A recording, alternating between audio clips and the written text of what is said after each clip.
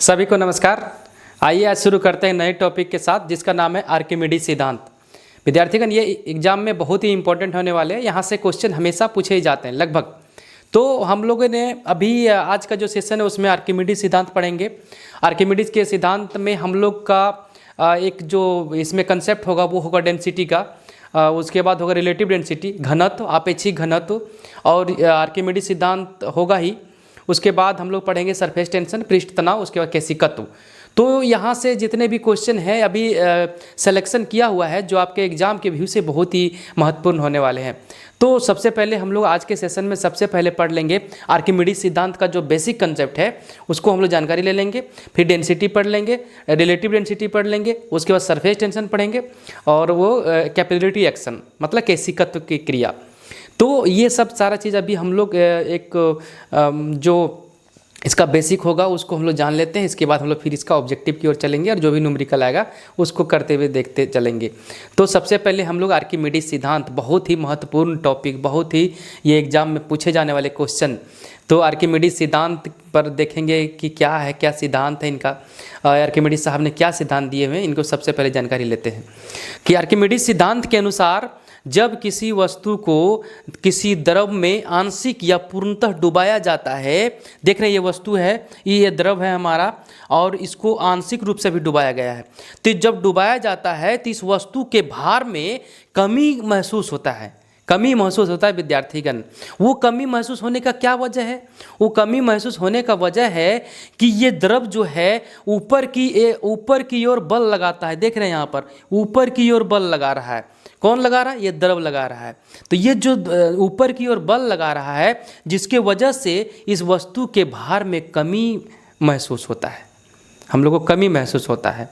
तो आर्किमिडीज साहब ने यही कंक्लूजन निकाल के दिए हैं कि जब किसी वस्तु को किसी द्रव में आंशिक या पूर्णतः डुबाया जाता है तो उस वस्तु के भार में कमी महसूस होता है और वह कमी जो है, भार में जो कमी है वो किसके वजह से होता है? वह होता है नीचे से एक बल लगाया जाता है द्रव के द्वारा, नीचे से एक बल लगता है द्रव के द्वारा और यह इस बल को उत्प्लावन बल कहते हैं। इस बल को उत्प्लावन बल कहते हैं, जिसको देख रहे हैं अभी हम यहाँ एफ से ले रहे हैं।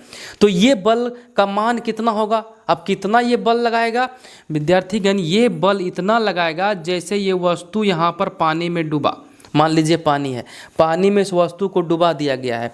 तो ये देख रहे हैं ये वाला जो जगह है, ये जगह वस्तु ले लिया, ये जगह वस्तु ले लिया पानी में जा कर के, तो वहाँ का पानी को हटा दिया होगा, वहाँ के पानी को विस्थापित कर दिया, यहाँ के पानी को ये वस्तु विस्थापित कर दिया। तो जितना पानी को विस्थापित किया, जितना पानी को यहाँ से हटा के इधर किया, उस पानी का जो भार होगा, उस पानी का जो भार होगा उतना ही बल नीचे से लगाएगा उत्प्लावन बल के रूप में, उत्प्लावन बल के रूप में, जिसके वजह से वस्तु तैरता है या तो डूब जाता है। अगर उत्प्लावन बल का मान ज़्यादा होगा तो तैरेगा और उत्प्लावन बल का मान नीचे की ओर वस्तु का एक भार लगता है mg, वस्तु का भी अपना एक भार होगा, वस्तु का भी अपना भार होगा। तो वस्तु नीचे की ओर आना चाहता है और हमारा जो पानी है उसको ऊपर धकेल के रखता है। वो किसके वजह से? उत्प्लावन बल की वजह से। और यह उत्प्लावन बल जो होता है विस्थापित द्रव का जो भार होगा वही उसी भार के बराबर हमारा ये उत्प्लावन बल होगा। अगर विस्थापित जो द्रव है उसका भार ये mg से कम हो जाएगा, मान लीजिए नीचे भी एक बल लग रहा है, वस्तु नीचे की ओर जाना चाह रहा है और पानी ऐसे ऊपर उठा के रख रहा है, ऐसे पानी ऊपर उठा के रख रहा है, तो पानी का ये वाला बल अगर नीचे जो mg लग रहा है, नीचे जो ये भार लग रहा है उससे ज़्यादा है ऊपर वाला बल, तभी तैरेगा। अन्यथा अगर mg नीचे हो गया, उत्प्लावन बल का मान कम हो गया, उस कंडीशन में ये वस्तु डूब जाएगा। कंडीशन अगला, अगर mg नीचे जो भार लग रहा है mg और उत्प्लावन बल का मान बराबर हो गया, इस कंडीशन में वस्तु जो है वो तैरेगा। इस कंडीशन में वस्तु जो है तैरेगा, पानी में डूब करके बराबर होकर के तैरेगा। तो इसके लिए हम एक प्रैक्टिकल करके दिखाते हैं आपको। आर्किमिडीज सिद्धांत का एक प्रैक्टिकल हमारे पास है, अभी आपको दिखाते हैं। देखिए किस तरह से इसका प्रैक्टिकल करके हम आपको समझाना चाहेंगे। अगर समझ जाएंगे तो बहुत अच्छी बात होगा। देखिए आ जाओ अब आइए प्रैक्टिकल के तौर पर समझते हैं हम लोग ये आर्किमिडीज सिद्धांत का क्या है, ये हम लोग का जो स्टेटमेंट उसको हम समझने की कोशिश करते हैं। ये हमारा देख सकते हैं पानी है, ये हमारा एक कंटेनर लिए हुए हैं।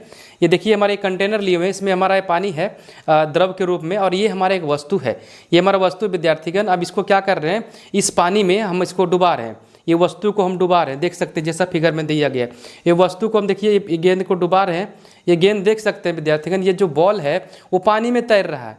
पानी में देखिए तैर रहा है, पानी में तैर रहा है। ये डूबा क्यों नहीं, ये डूबा क्यों नहीं, अब उसको बताते क्यों नहीं डूबा। लेकिन जो आर्किमिडीज साहब बोला है कि जब कोई वस्तु को किसी द्रव में आंशिक या पूर्णतः, ये देखिए आंशिक डूबा हुआ, आधा तैर रहा है, आधा से कुछ ज़्यादा डूबा और कुछ तैर रहा है। तो मान लीजिए आंशिक हो चाहे पूर्णतः हो, किसी द्रव में डुबाया जाता है तो उसके भार में, वस्तु के भार में एक कमी महसूस होता है। और वो कमी जो किसके बराबर होता है, जो भार में जो कमी आया, नीचे से पानी बल लगाता है ऊपर की ओर, जिसको बोला जाता है उत्प्लावन बल। जिसको बोला पानी नीचे से बल लगा रहा है इस गेंद के ऊपर, जिसके वजह से ये तैर रहा है। इस बल को, नीचे से जो बल लग रहा है पानी के द्वारा, उसको उत्प्लावन बल कहा जाता है विद्यार्थीगण। उत्प्लावन बल कहा जाता है, जो पानी ऊपर की ओर बल लगा रहा है उसको उत्प्लावन बल कहा जाता है। यही हमारे आर्किमिडीज सिद्धांत का जो स्टेटमेंट है, यही है हमारे आर्किमिडीज सिद्धांत का जो कथन है, स्टेटमेंट है, यही है कि जब किसी वस्तु को किसी द्रव में आंशिक या पूर्णतः डुबाया जाता है तो उस वस्तु के भार में कमी महसूस होता है, और वह जो भार में जो कमी महसूस हो रहा है वह नीचे से उत्प्लावन बल के बराबर होता है। और उत्प्लावन बल का मान जो होता है, वहाँ से द्रव जितना विस्थापित हुआ, वो गेंद जो वहाँ पर डूबा है, देखिए गेंद जो डूबा है वो पानी को हटा दिया इधर इधर, तो वो विस्थापित जितना हुआ द्रव वहाँ से, उतना उसका जितना भार होगा वो इसी के बराबर होता है उत्प्लावन बल। तो हमारे आर्किमिडीज सिद्धांत जो है यही है, ये हमारा प्रैक्टिकल के तौर पर है। अब इसको हम दिखाएंगे कि उत्प्लावन बल कैसे निकाला जाता है, उत्प्लावन बल कैसे निकालते हैं दिखाते हैं। आइए विद्यार्थीगण, हम लोग उत्प्लावन बल का मान निकालेंगे कि उत्प्लावन बल का मान कितना होता है एक्चुअली में, कैसे इसको फाइंड कर पाएंगे, कैसे ज्ञात कर पाएंगे। आइए हम लोग प्रैक्टिकल के सहारे समझते हैं। ये देखिए कंटेनर है, इसमें पानी पूरा भर दिया गया है, पानी इसमें भर दिया गया विद्यार्थीगण। अब इस पानी में क्या करेंगे, इस पानी में क्या करेंगे, ये हमारा एक वस्तु है, इसको हम डुबाएंगे, इसको हम डुबाएंगे। और डुबाने के बाद देखते हैं क्या होता है। इस वस्तु को देखिए, इसमें डुबा रहे विद्यार्थीगण। अब देखिएगा पानी का लेवल, देखिएगा धीरे धीरे, देखिए पानी का लेवल बढ़ रहा है, ऊपर आ रहा है, देखिए कंटेनर में ऊपर आ रहा है। अब देखिए विद्यार्थी गिरने लगा, अब पानी गिर रहा है, अब पानी गिर रहा है, देखिए पानी गिर रहा है, क्योंकि ये वस्तु नीचे की ओर जा रहा है, वस्तु नीचे की ओर जा रहा है। अब ये पानी जो है वो गिरने लगा, पानी क्या हो गया विद्यार्थीगण, यहाँ से गिरने लगा, गिर रहा है, बाहर गिर रहा है। ये कंडीशन ऐसा आया, देखिए पानी गिर रहा है। तो हो क्या रहा है, ये वस्तु जब नीचे जा रहा है इस पानी में, तो वहाँ से पानी को विस्थापित कर रहा है, पानी को विस्थापित कर रहा है, और पानी भी नीचे से ऊपर की तरफ बल लगा रहा है। जो फिगर में दे रहे हैं, नीचे से ऊपर की तरफ बल लगा रहा है, उत्प्लावन बल। उत्प्लावन बल का मान अगर नीचे ये जो हमारा वस्तु है, इसका कुछ भार होगा, mg होगा, नीचे की तरफ लग रहा है, ये नीचे डूबना चाह रहा है, नीचे डूबना चाह रहा है, अब नहीं डूब रहा है। मान लीजिए इतना दूर में रुक गया, तो इतना पानी को विस्थापित कर दिया, इतना पानी को विस्थापित कर दिया। अब ये जो पानी विस्थापित हुआ विद्यार्थीगण, अब हम बता रहे हैं आपको, इस पानी को दिखा रहे हैं, अब इस पानी को हम दिखा रहे हैं। देखिए विद्यार्थी, इतना पानी विस्थापित किया, इतना पानी को विस्थापित किया। अब इस पानी को क्या करेंगे, हम लोग वजन कर लेंगे। इस पानी को क्या करेंगे, किसी तराजू में जा कर के, किसी जो होगा जो भी सुविधा हो वजन करेंगे। जितना इसका भार आएगा, मान लीजिए कि 1 न्यूटन आया चाहे 2 न्यूटन आया, उतना ही बल नीचे से पानी लगा रहा था, उतना ही बल पानी नीचे से लगा रहा था, और वह बल उत्प्लावन बल था विद्यार्थीगण। यही विस्थापित द्रव जो डुबाए थे, इसमें जो डुबाए हैं, अब इतना जो पानी निकाल दिया बाहर, वही पानी बाहर यहाँ पर आया, और यही पानी का जो वजन होगा mg के रूप में, ये mg जो भार जितना था इसका, और जितना ये नीचे mg लग रहा था, और ये पानी को जितना विस्थापित कर दिया, ये पानी है, यही पानी है। ये जो हम लोग को वजन आएगा, वह यही उत्प्लावन बल नीचे से ऊपर की ओर लगा रहा है वस्तु पर। नीचे से ऊपर की ओर लगा रहा है वस्तु की ओर। तो इसी की वजह से अगर उत्प्लावन बल का मान ज़्यादा होगा वस्तु के mg से अगर ज़्यादा होगा ऊपर वाला बल उत्प्लावन, तब तैरेगा। और कहीं mg ज़्यादा हो गया और पानी का वजन, अगर वजन इसको वजन करेंगे, मान लीजिए 2 न्यूटन आया और ये लगा रहा नीचे लग रहा था 5 न्यूटन, तो वस्तु डूब जाएगा। और दोनों बराबर आ गया, वस्तु का 5 न्यूटन भार है और नीचे से भी बल लगा रहा था ऊपर की ओर, उत्प्लावन बल का भी मान 5 न्यूटन है, तो वस्तु पूरा लेवल होके तैरेगा, पानी में डूब के बराबरी होके एकदम चलेगा। 5 न्यूटन है और कहीं ये वाला 5 न्यूटन है, 6 न्यूटन हो गया, नीचे से 6 न्यूटन 7 न्यूटन और नीचे mg रहा 5 न्यूटन, तो इस समय वस्तु ऊपर उठ के तैरेगा, ऊपर उठ के तैरेगा विद्यार्थीगण। तो ये उत्प्लावन बल का हमारा सिद्धांत था। इसी को आप थ्रस्ट के रूप में जाना जाता है, इसको फोर्स ऑफ बायंसी बोला जाता है। आप थ्रस्ट बताएंगे इसको हम, आप थ्रस्ट किसको बोलते हैं? आप थ्रस्ट और सेंटर फोर्स ऑफ बायंसी मतलब उत्प्लावन बल लगभग सेम होता है। जब डूब जाता है वस्तु तो उसमें हमारा काम आता है आप थ्रस्ट, जिसको बोलते हैं प्रनोद, और फोर्स ऑफ बायंसी जिसको उत्प्लावन बल बोलते हैं, उसको बोलते हैं तैरने के कंडीशन में जो तैरता है वस्तु, तब उत्प्लावन बल का शब्द का प्रयोग किया जाता है। तो इस तरह से हमारा आर्किमिडीज सिद्धांत का ये प्रिंसिपल था। हम समझाने का कोशिश किए आपको एक प्रैक्टिकल के थ्रू, समझ में आया होगा विद्यार्थीगण, आशा करते हैं कि अच्छा ही समझ में आया होगा। आइए विद्यार्थीगण हम लोग देखते हैं आप आर्किमिडीज सिद्धांत पर कुछ ऑब्जेक्टिव क्वेश्चन जो दिया हुआ है। अभी हम लोगों ने आर्किमिडीज सिद्धांत का जो बारे में चर्चा की है, जो हम लोगों ने प्रैक्टिकल करके देखे, अब देखते हैं क्वेश्चन किस तरीके से सेट होता है। तो आर्किमिडीज सिद्धांत पर कुछ क्वेश्चन कर लेते हैं, उसके बाद फिर नेक्स्ट टॉपिक का चर्चा कर लेते हैं। तो देखेंगे क्या है कि जब किसी पिंड को, विद्यार्थीगण, जब किसी पिंड को किसी द्रव में पूर्ण या आंशिक, विद्यार्थीगण याद रखेंगे, पूर्ण या आंशिक, अभी बता रहे थे, जब पूर्णतः या आंशिक रूप से या पूर्णतः, जो मतलब आधा या पूरा डुबाया जाता है, रूप से डुबाया जाता है, तब यह पिंड विस्थापित द्रव विद्यार्थी, विस्थापित द्रव के भार, जो पानी विस्थापित हुआ था, अभी थ्योरी में जो बताएं आपको, जो ऐसे वस्तु डुबाए हैं, अभी क्या है, एक ये कंटेनर था, इसमें पानी था, इसमें एक वस्तु मान लीजिए हम लेके चल रहे हैं, ये वस्तु हम अभी लेके चल रहे हैं ऐसा। अब ये वस्तु क्या कर रहा है, जैसे डुबाए थे तो ये वस्तु क्या कर रहा था, यहाँ से कुछ पानी को हटा दे रहा था। तो वो पानी जो हटा रहा था विद्यार्थीगण, वो पानी जो हटा रहा था उसके भार को, उसके पानी का जो भार था, विस्थापित जो पानी यहाँ से हुआ, उसका भार को हम लोग वजन किए थे, वजन करते हैं, और जितना वजन है मान लीजिए 2 न्यूटन 3 न्यूटन, तो यही वाला उत्प्लावन बल था, नीचे से जो उत्प्लावन बल के बराबर था वो। तो अभी देख लेते हैं थोड़ा सा कि जब किसी पिंड को किसी द्रव में पूर्ण या आंशिक रूप से डुबाया जाता है, तो यह पिंड विस्थापित द्रव के भार, जो द्रव यहाँ से विस्थापित हुआ उसका भार के बराबर एक उत्क्षेप बल विद्यार्थीगण, उत्क्षेप बल मतलब नीचे से जो बल लगा रहा है, यही उत्प्लावन बल का बात कर रहा है, का अनुभव करता है, उत्क्षेप बल का अनुभव करता है विद्यार्थीगण। इसे किस सिद्धांत के रूप में जाना जाता है? तो किस रूप में जाना जाएगा? जब किसी वस्तु को आंशिक या पूर्ण तक किसी द्रव में डुबाया जाता है, तो यहाँ से विस्थापित द्रव का जो भार होगा, वह उत्क्षेप बल के बराबर होगा, नीचे से जो उत्क्षेप बल लगाएगा उसके बराबर होगा। ये कौन कहा था? आर्किमिडीज सिद्धांत, आर्किमिडीज साहब ने बोले थे, उनका सिद्धांत था। तो आंसर यहाँ पर बन रहा है आर्किमिडीज सिद्धांत था, आर्किमिडीज सिद्धांत था विद्यार्थी।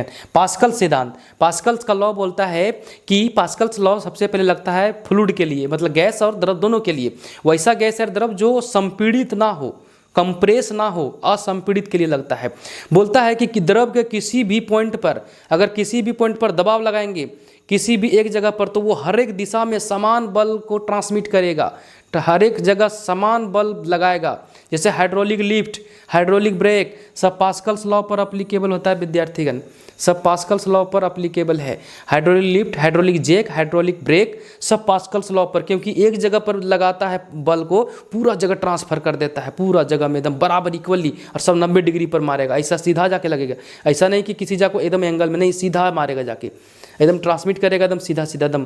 ऐसे ही मार रहा है, अगर दीवार में टेढ़ा भी मार रहा है तो वहाँ जो गिरेगा जाके सरफेस पर, वो 90 डिग्री पर गिरेगा। तो ये पास्कल्स लॉ बोला। स्टोक्स का नियम मैकेनिकल इंजीनियरिंग का भाग है, वो पाइप का है, यहाँ पर नहीं जरूरत है। न्यूटन के गति का नियम है, न्यूटन के गति का 3 नियम है।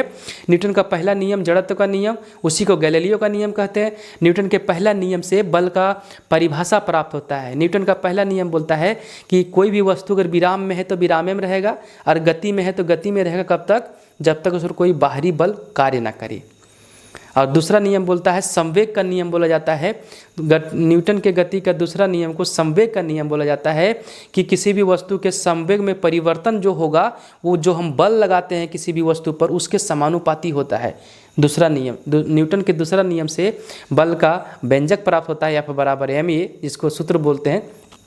और न्यूटन का तीसरा नियम क्रिया प्रतिक्रिया का नियम है action and reaction are equal but opposite in direction.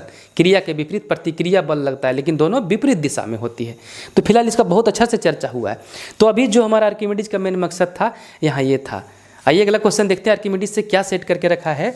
तो 2 नंबर देखिए क्वेश्चन, आर्किमिडीज के सिद्धांत के अनुसार विद्यार्थीगण, आर्किमिडीज के सिद्धांत के अनुसार किसी द्रव में डूबे हुए पिंड द्वारा अनुभव किए जाने वाले उत्प्लावन बल, किसी भी द्रव में डूबे हुए पिंड के द्वारा अनुभव किए जाने वाले विद्यार्थीगण, ये पिंड है, मान लीजिए ये हमारा जो है पिंड है, ये वाला ये पिंड है, ये एक बल का उत्प्लावन बल का अनुभव करेगा।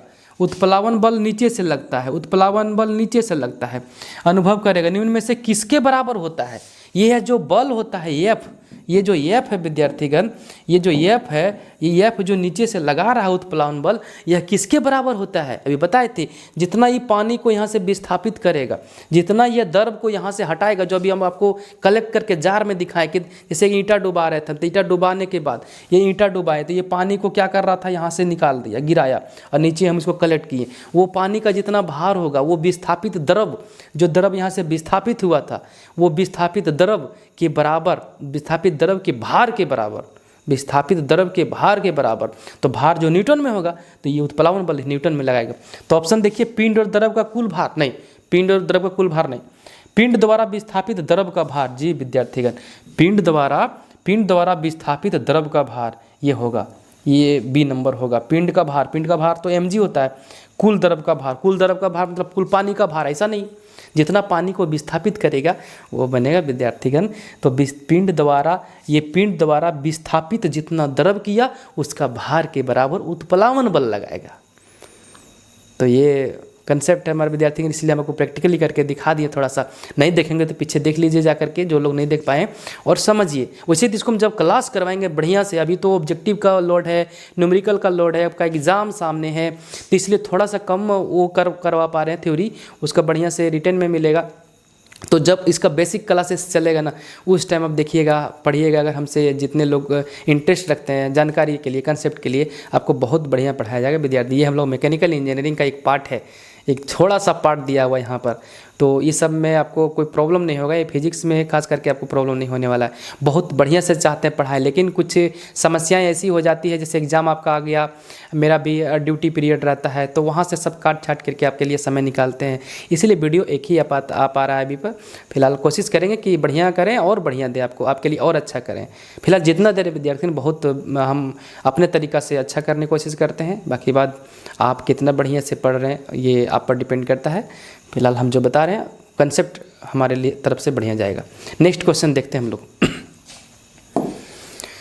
ऊपरी परनोद और भार में प्रयुक्त होते हैं विद्यार्थीगण। ऊपरी परनोद का अगर बात कर रहा है तो यहाँ पर देखेंगे विद्यार्थीगण, ऊपरी परनोद का बात कर रहा है तो यहाँ पर थोड़ा देखिए, ये वस्तु जो था विद्यार्थीगण, ये वस्तु जो था ये नीचे से एक बल लगा रहा था, यही ऊपरी परनोद है विद्यार्थीगण, यही ऊपरी परनोद का चर्चा कर रहा है।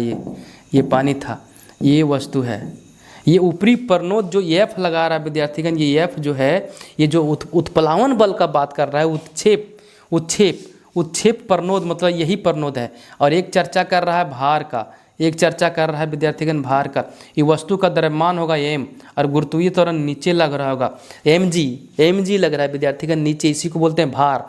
तो देखिएगा उत्प्लावन बल का दिशा ऊपर की ओर है, ऊपरी परनोद का दिशा ऊपरी की ओर है और mg का दिशा किधर है, नीचे की ओर। तो दोनों की दिशा तो विपरीत हुए, भार नीचे लग रहा है, उत्प्लावन बल ऊपर की ओर लग रहा है। इस कंडीशन में क्या हुआ विद्यार्थीगण, दोनों की जो दिशा है, दोनों की ऊपरी परनोद और भार का विपरीत है। आंसर क्या बनेगा, नीचे की दिशा नहीं, नीचे की दिशा केवल भार का होता, केवल भार का होगा। विपरीत दिशा एकदम होगा विपरीत दिशा। समान दिशा नहीं, क्या दोनों एक ही तरफ है? नहीं है, उल्टा है, विपरीत है, ऑपोजिट है। ऊपर की दिशा केवल उत्प्लावन बल का है, केवल उत्प्लावन बल का है ये। अगर पूछता ऊपर की दिशा में कौन लगेगा तो केवल उत्प्लावन बल, फोर्स ऑफ बायनेंसी। तो हम लोगों ने यहाँ तक अभी देखे क्वेश्चन का 2-3 क्वेश्चन, अगर और है तो देख लेते हैं, और है तो, लेकिन जहाँ तक हम लोग पढ़ाई किए देखिए क्वेश्चन कितना बेहतरीन बन रहा है। तो हम अपने ऊपर किस तरह से इसको ले पाते हैं, कंसेप्ट हम एक ही रखेंगे विद्यार्थीगण, क्वेश्चन 1000 बनाएंगे। और क्वेश्चन हम अगर 1000 बनाते हैं और सिर्फ मल्टीपल क्वेश्चन बनाते हैं MCQ, और हमारे पास 10 क्वेश्चन अगर नहीं बन पाता है एग्जाम में, तो ये हम मेरा कमी है विद्यार्थी ना, हम लोग सुधारने का कोशिश करेंगे। तो साइंस में थोड़ा सा कंसेप्ट बना लीजिए, आपके लिए बहुत अच्छा हो जाएगा। तो हम लोग नेक्स्ट क्वेश्चन देखते हैं कि है क्या इससे कुछ और रिलेटेड। उत्प्लावन बल का परिमाण तरल के, उत्प्लावन बल का परिमाण, अब ये उत्प्लावन बल नीचे से कितना लगेगा, कम कौन लगाएगा, ज़्यादा कौन लगाएगा, तो ये पानी का घनत्व तो बताता है। अगर कोई ज़्यादा घना पानी है, एग्जाम्पल के लिए एक पानी में हम एक ये पेन को डुबाएंगे, ये पेन मान लीजिए कि मेटल का है, मेटल का मान लीजिए भारी है, मेटल का, ये हम पानी में डुबाएंगे तो तुरंत डूब जाएगा। इसी को अगर हम हनी मतलब शहद, मधु जिसको बोलते हैं, मधु में डुबाएंगे तो धीरे धीरे डूबेगा। हो सकता है बहुत लेट से डूबे, हो सकते नहीं डूबे, क्योंकि मधु थोड़ा गाढ़ा होता है।